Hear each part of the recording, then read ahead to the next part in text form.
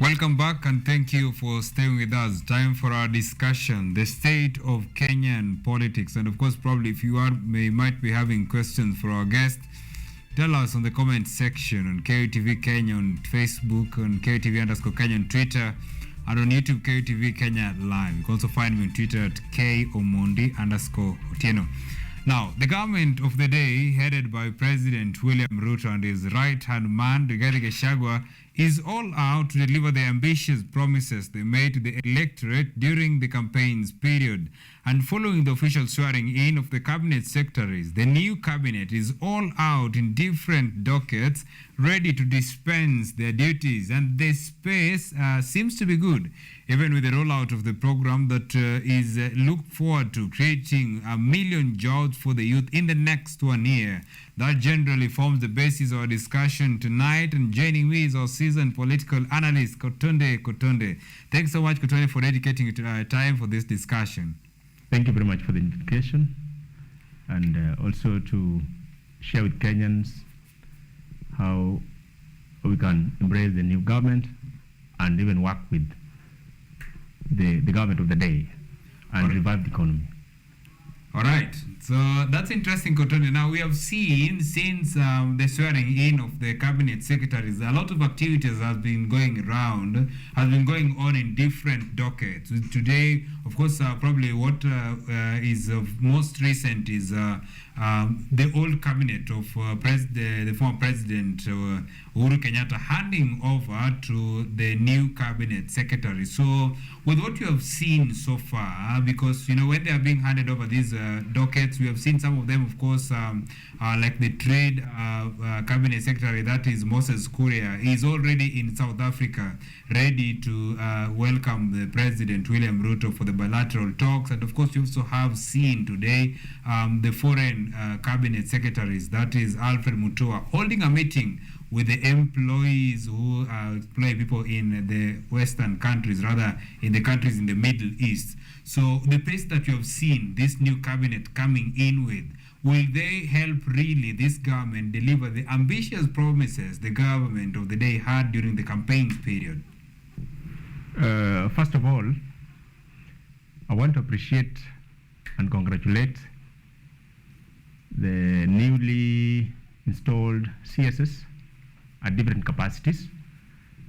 And then two, I also want to appreciate what they have already taken in terms of the first days in office, whereby like yesterday and the other day we saw CS Ababu Namamba Sports. Today we've seen Alfred Mutua, and then we've also seen Moses Kuria. All this is majorly to help revive the dilapidated economy. And I believe going forward, if it is properly done with good intentions, without any hidden agendas, then I believe we will automatically revive the economy under this leadership.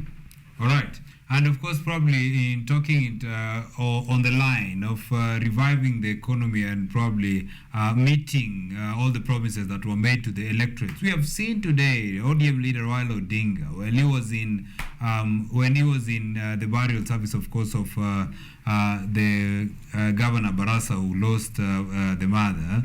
He was saying that this government has been lying to the people of Kenya because during the campaigns period, whatever President William Ruto say, that when they take office, the first thing they're going to deal with is lowering the price of fuel, the price of unga, and this is not happening any soon because President was on record saying that let Kenyans give him time. He said not in 100 days, but in 1 year. That is when probably Kenyans will feel the impact of food prices and fuel prices being lowered. So why are we seeing different scripts from leaders of the same country? First of all, to our esteemed leader, that is Raila Amolo Odinga, we want to appreciate the fact that he accepted the results and we have a peaceful state. He has all the rights as the chief of opposition to criticize everything that the government is doing. But fact be said, and we must stand with facts. And I remember telling Kenyans that this government is new, and therefore we must give the government of the day time, enough time, to at least achieve what they really planned for this state. And to the newly installed CSS, to me, I think we can start counting the 100 days right from just 3 days, 4 days ago. This is the time they have just been installed. They have just been given the keys to these offices. They are trying to find their ways. So after the lapse of 100 days, right from the days they were installed, that is the time we can now say the government is failing. But as of now, it is still early to preempt that going forward, the government is going to fall. So I want to tell the Azimio team that they have the right to criticize, but logically, even if they were the ones who ought to have been in the same position, then we could be very, very sober enough to give them time right after handing over. You only held someone accountable once he has been given the mandate by the given bodies. That is when, from there, you can now say you were given a given period of time, it's not properly done. Then why were you saying the different take of your manifesto? Yes. All right, interesting. Now, another thing that popped up today, because, you know, we understand the leader of opposition, Raila Odinga, was in the Western Kenya. And one of the leaders, of course, in the Western Kenya, who is so vocal and served the people of Siasa, that is in the Western counties, Honorable John Waluke, who was sentenced for 67 years in prison. Raila Odinga said today that it was unfair of how the court handled the matter of Siasa MP John Waluke, and of course he demanded that John Waluke should probably release on bond. So whatever Odinga was saying is that the government of the day was punishing Waluke because of his political affiliations. Because on the same note, of course, he also raised concern concerning the DPP, of course, dropping charges to some of the cabinet secretaries who are just sworn in the other day, because they also had cases in court and, you know, prior to their swearing in, prior to their vetting in Parliament, some of their cases were being dropped. The DPP is citing that there was not enough or sufficient evidence meeting the threshold for them to be prosecuted. So what do you make of this when Odinga is now calling for the release of John Waluke? Do you think probably this would also give a leeway for some of these criminal activities to be done in the country? And of course, probably when it comes to the prosecution, you find that the opposition will be saying this, and probably even the government will be defending them in saying one or two things. Based on my own understanding, we must be in a position to accept that the supreme law must be respected. And when the law found out that Major Waluke was guilty, I think in their own thinking, they were right as per what they gave.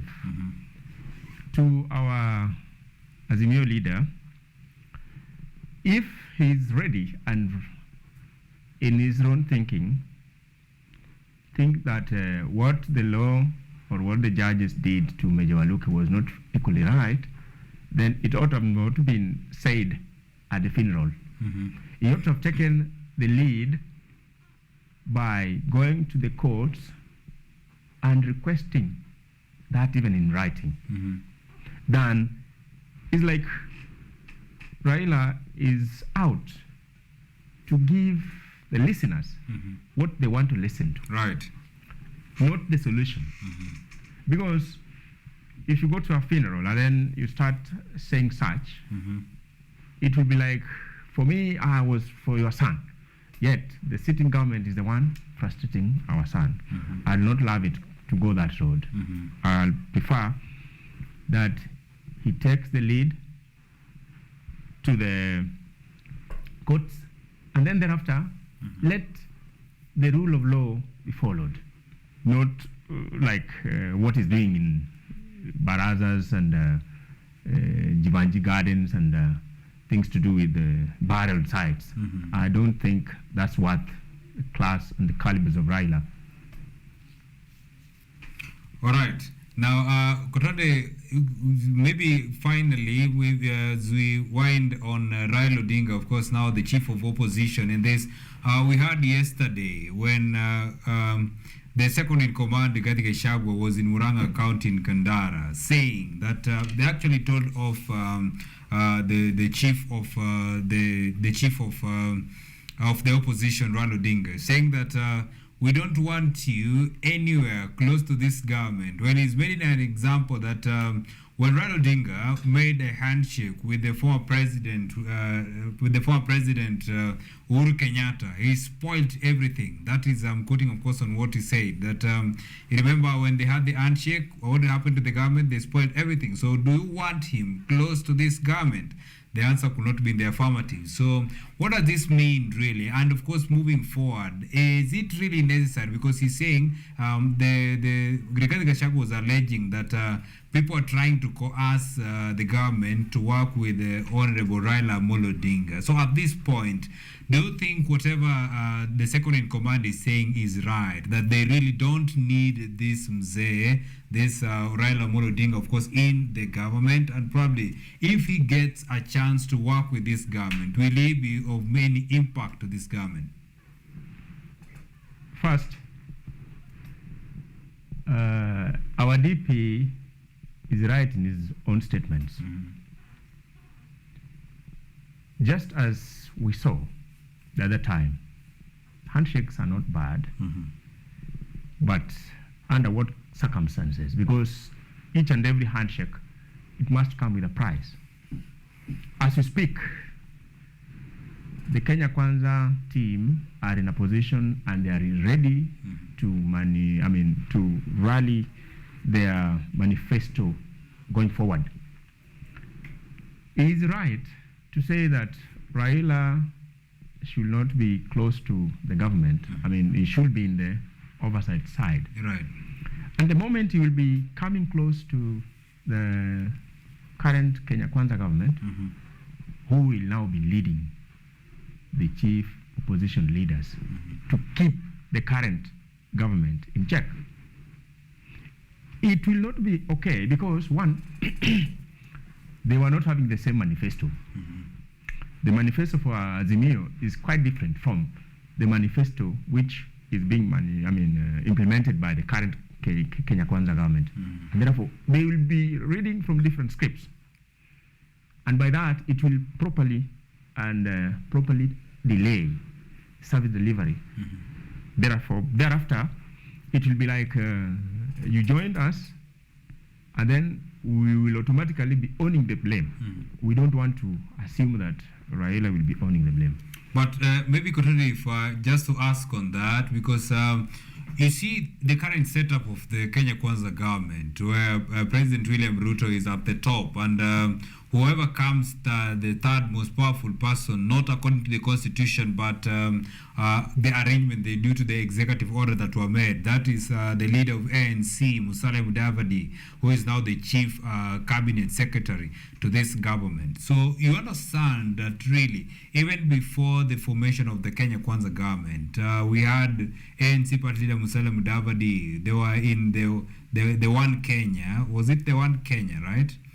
They were in the One Kenya with, of course, Moses Wetangula together with Kalonzo Musyoka. And now later on, when this integrated, when Kalonzo Musyoka, of course, went to Azimio, making it Azimio One Kenya, and of course, they came together with Wetangula to Kenya Kwanza, joining UDA rather to form the Kenya Kwanza government. So, don't you think probably this is something that might, of course, probably even work, because they were reading from different scripts and people could not even imagine that ANC leader Musalia Mudavadi could work with the government, could work with UDA to form the Kenya Kwanza government. So is it probably the same thing that could happen? As much as yes, Azimio had a different manifesto with what this government had, they can still, align their diapers and work together probably if it's anything to go by. In politics, I can tell you for free that in politics, people have interest. Mm-hmm. And we have interest and offers. When it comes to the just concluded election, Kenya Kwanza team, before the chief minister joined, there were some negotiations in terms of numbers, in terms of regions, in terms of who can help us implement the said KK manifesto. And what was offered to chief minister is the reason as to why he decided to jump the ship. Towards the end of this election, there were some other negotiations where the current CS for Foreign Affairs, Dr. Alfred Mutua, Yes. crossed over. He crossed over because the negotiations and the offers which were best and placed before him were better than the ones which he was promised in the Azimio team. Correct. Therefore, if in case, leaving that aside, if in case the president or the KK government maybe plans to work together with Azimio, I don't think that will be for the good of the common mwananchi. Because it will be like dancing and dining with your enemy. Yet, you want things done to this great nation. Right. Yes. All right. And probably, Kotondeh, on the same note, when this handshake was made in 2018, was it really necessary? Because was it really necessary? Because we understand probably in 2018 there were divisions in this country where people, there are people who are following the sitting government. Of course, we also had people who are strongly held to the opposing government, that is Raila Amolo Odinga. Now, when Raila Amolo Odinga, when they made this handshake, they said they did this great sacrifice to unite this country. Now, looking at probably the chances that might lead to another handshake in this regime, is it really necessary, really, that probably Odinga might come, not even Odinga, but any other person who is in the opposition, who is not working with the government, probably coming that saying that we have a gap here, we have a lacuna that probably needs to be filled with another form of handshake? Back in 2018, if I can take you back then, immediately after the election, the state of events was there was kind of like a division whereby people were saying we don't need to be led by this government, the just concluded government of Jubilee. And therefore, it was like the country was unmanageable. And the only person who could quell this tension was by bringing Raila on board. Because he had a great following. By bringing on board, it did not mean that he was now part and parcel of that very, very government. But it was just to quell the tension, to at least make stuff run going forward. As we speak, I don't see any sign of tension. Because the election was done, Yes. there is no tension. The results were announced, nobody complained. The whole state respected the court rulings, and therefore there is no need for calling for an alarm. All right.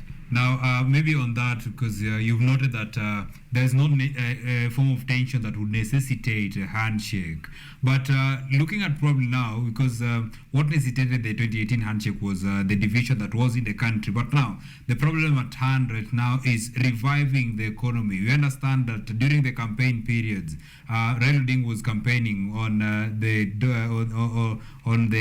docket, saying that he wants the third liberation of this country, which would be the economic liberation. And of course, even on the Kenya Kwanza front, when they were campaigning, the majorly campaign was on the side of the economy. Now we are seeing a country that is suffering economically, and maybe if to revive this country economically, what we would need is technocrats and not just politicians who will be, yapping here, yapping on the other side, saying a lot of things and probably no actions. Now, we've seen today what happened. The Deputy President, Rigathi Gachagua, launching a project that is aimed at creating 1 million jobs for the next 1 year. And of course, the same government promised that in December, they will be launching the Hustler Fund to help this government. So looking at now, the thing that were promised and probably one or two things that have been implemented so far, do you see this government within the span of these elected, within the span of their term, delivering, of course, to the mandate they had and probably liberating this country economically as they had anticipated during the campaign periods? The current government is trying her best. One, even though people really talked about it, but it was not right. They introduced the GMOs. By doing that, they were doing so to at least rejuvenate the current economy, the current dilapidated economy. Mm-hmm. That, I can say, could help. Two, the same government subsidized fertilizers. Yes. Which they were doing that such that towards the end of the tunnel, at least they will find time to at least rejuvenate and revive this economy. Mm-hmm. Now, and also these projects which the DP just started mm-hmm. will automatically spearhead a lot of opportunities for our youths. Yes. Who are so much in need of job, and the moment they are kept busy, mm-hmm. the economy will automatically rise. Right. Yes, and therefore I want to appreciate mm-hmm. that it might not really take the shortest time so far, mm-hmm. but going forward, as I said earlier, mm-hmm. let us give the government of the day time. Right. If it is not given time, then we will automatically be keeping on questioning and also just a matter of not understanding what it takes to run the government. All right. Things must be placed in order. Mm-hmm. And you cannot lie that within 30 days or 1-2 months, mm-hmm. things are already in place. No, right. Things must be put in place, mm-hmm. and therefore, let's give this government time, proper time. All right. 100 days mm-hmm. will automatically be. But for reviving the economy, mm-hmm. it will automatically take about 1,000 days. All right. Close to 3 years. All right, Kotondeh, that is very, of course, making a lot of sense to the Kenyans. Probably as we wind up, I'll give you a minute to wind up this. What would be a final take, of course, probably telling Kenyans what they need to know and probably what they need to do in order to help this government achieve its mandate. Just in a minute. Okay. Fellow Kenyans, I want this message to reach home to each and every corner of the state and even the diasporans. The government is new, and when the new government is in place, you must be ready to go through hard times. The government is new. The CSS in place, some are very new. They have never been in such positions. Let's give them time. 2, to our counties, it is your time to work with the government. Counties presumed to be Azimio zones, that is Western, Nyanza, Mombasa, that is coastal region, it is time to work with the government. The government of the day is none other than Kenya Kwanza. And by not working with the current government of the day, you are denying Kenyans great services which ought to have been trickled down to them. And I want to request that the MCAs, you are also given money. Empower the people on the ground. Give the governors time. We don't want to see the wrangles which we just witnessed down here, Meru. By fighting, having unnecessary wrangles, you delay service delivery to the country. You delay service delivery to the common mwananchi. As they always say, that when people are fighting, majorly when the bulls are fighting, those who are feeling the pinch and the wrath, the grass. Quench your thirst. I know those fights are promulgated by one or two persons who are having the interest of maybe being a governor. Right. Kindly stop the fights.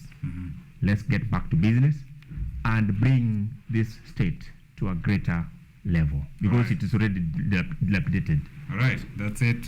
Thank you so much, Kotondeh, for that. We're taking a very short break. Shall we come back with more? Stay with us.